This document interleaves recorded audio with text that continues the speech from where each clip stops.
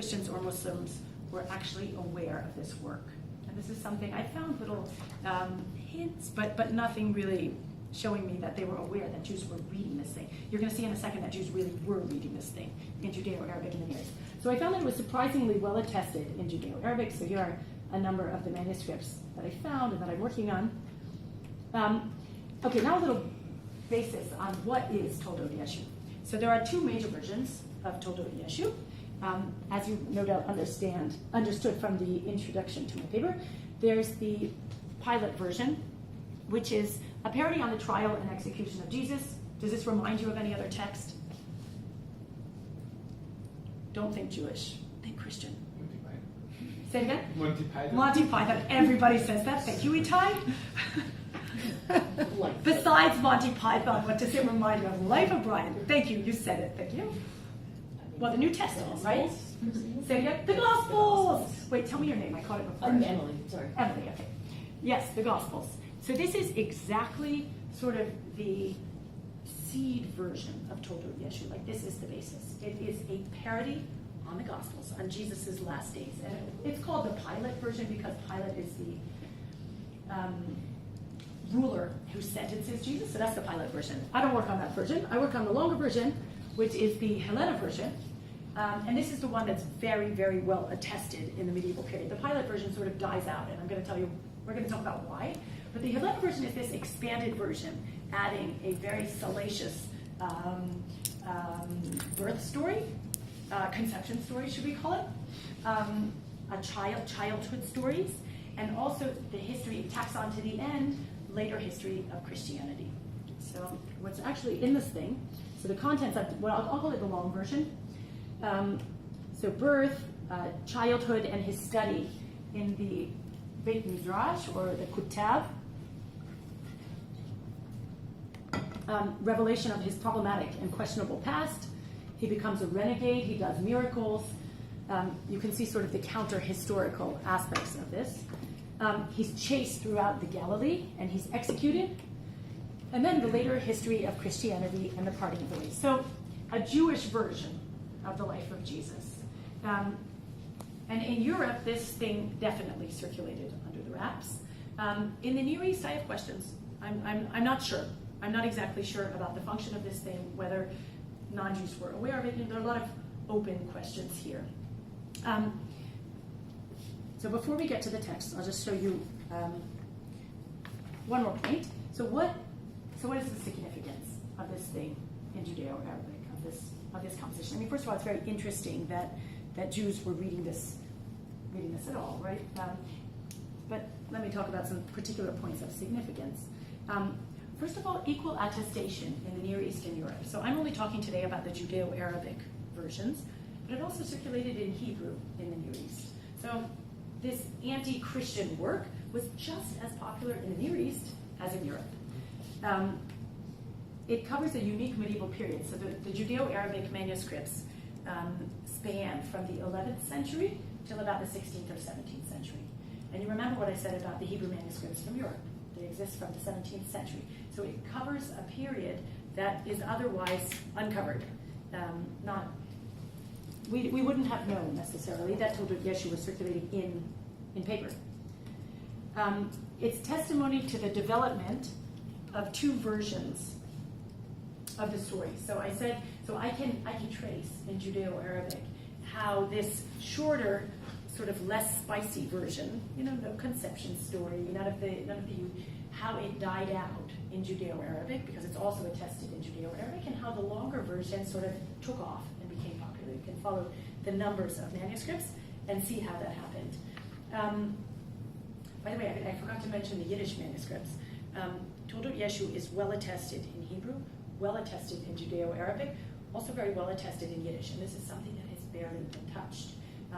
There's a colleague of mine, a pastor in Tübingen in Germany named Evie Michel, who is working on this, but she's discovering more and more manuscripts. At first they thought there were 2 manuscripts, and then they discovered a few more, and now we know that there are 30. So the Yiddish versions of Toledot Yeshu are also a very important element in understanding how this text circulated and became popular. Excuse me, for the completely ignorant, Ask. What is the date of the Yiddish manuscripts compared to the other? To the Hebrew? Thank you. The earliest one is from the 16th century. It sits in the Houghton Library in Harvard, and then 17th, 18th, later manuscripts. But, pretty much with the Hebrew versions. I mean, in Europe, obviously, manuscripts aren't preserved as well as they are in the Near East. So in the Near East, the manuscripts were, preserved much better. But we do have another important thing to say, Jane, right? Yeah. Yeah. Another important thing to say is that even though we don't have manuscripts from Europe prior to, let's say, the 17th century, we do have these mentions here and there, 3 or 4 mentions by Christian polemicists and also by Jews who were responding to them. So we know that it was around, it was known, maybe only circulating orally, 13th century. We know that it was already, people were aware of it in Europe. I'm just fascinated by why. Why TY in 900? I mean, if this is a beef with Christianity, you'd think you had 900 years to air that out. Why in that period? Was it like spurred on by some kind of historical development? So you're asking why the 9th century? Crusades, for example.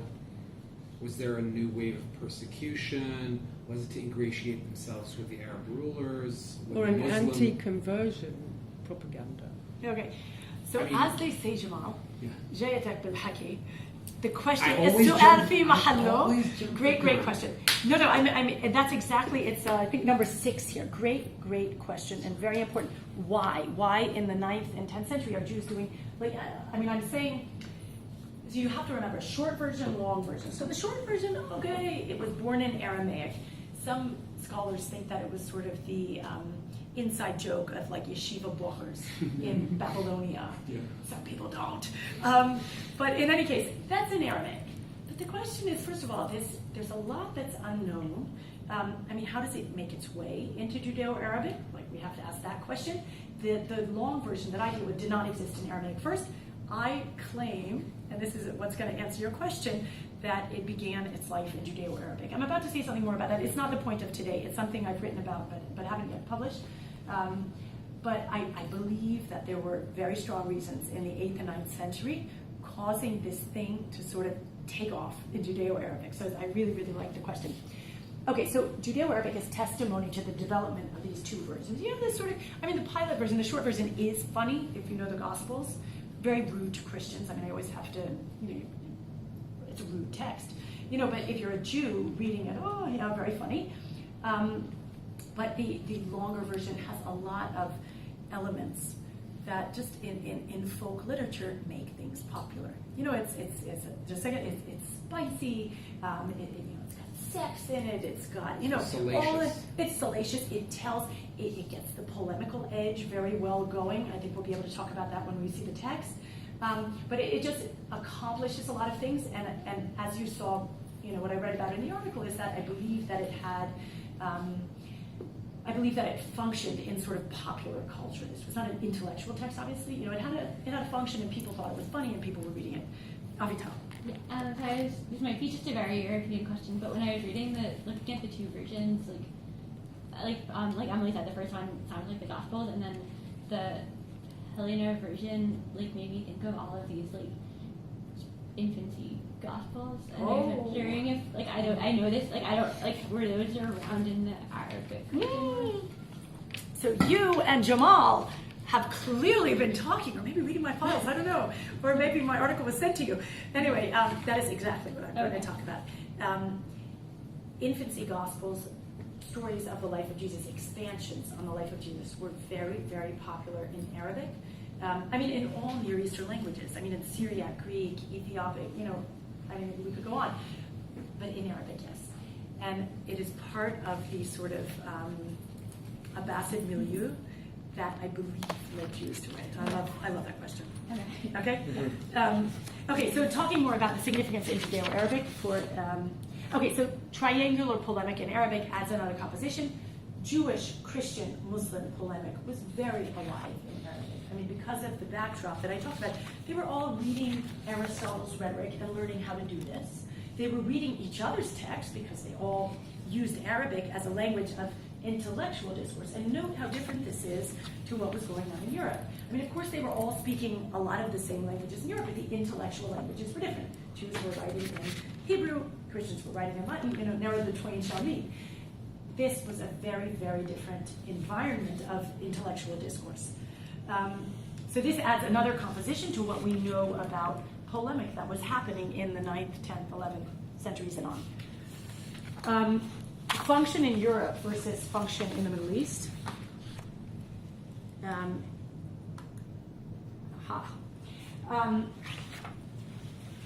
So this is another Toledot Yeshu manuscript from the Houghton Library at Harvard. And it shows exactly what I showed you on Wagenseil's work. Wagenseil is, of course, a Christian. This is a Jewish, what was the codex in which Toledot Yeshu was found? What do you find it with? Quietly. This is, by the way, from the Meyerson-Scheffler volume. Two very important volumes contributing to our knowledge of Toledot Yeshu. Say more about that in a second. Anyway, the manuscript, what does it contain? Chizuk Emunah by this Karaai Yitzchak of Troki, Sefer Nitzachon Yashan. How do European Jews see Toledot Yeshu? It's a polemic. You put it together with other polemics. How do Jews in the Near East see Toledot Yeshu? And this is what I talk about in the article you read. You don't have to read all of this script around Ma'aseh Yeshu ben Pandera, which is our text. Toledot Yeshu circulated under a lot of names. But look what we have here: Alpha Beta de Ben Sira, Igeret Eldad Hadani. There's here Ptirat Moshe Rabbeinu. That is, Toledot Yeshu in the Near East is circulating together with all of these folk tales, Agadot, Ma'asiyot. That is the function. It's not circulating together with other polemical works, which were not lacking in Arabic in the Near East. Okay? This was the context. This is, by the way, a Yemenite tiklal, a Sidur, a Yemenite Sidur. The Yemenite tradition of Toledot Yeshu is a very fascinating one, and one I've only just started to sort of explore in a side project. They had Toledot Yeshu in both Hebrew and Judeo-Arabic, and for whatever reason, they put it inside their Sidur with all of these classical Jewish texts. But that's something I've just started to look at.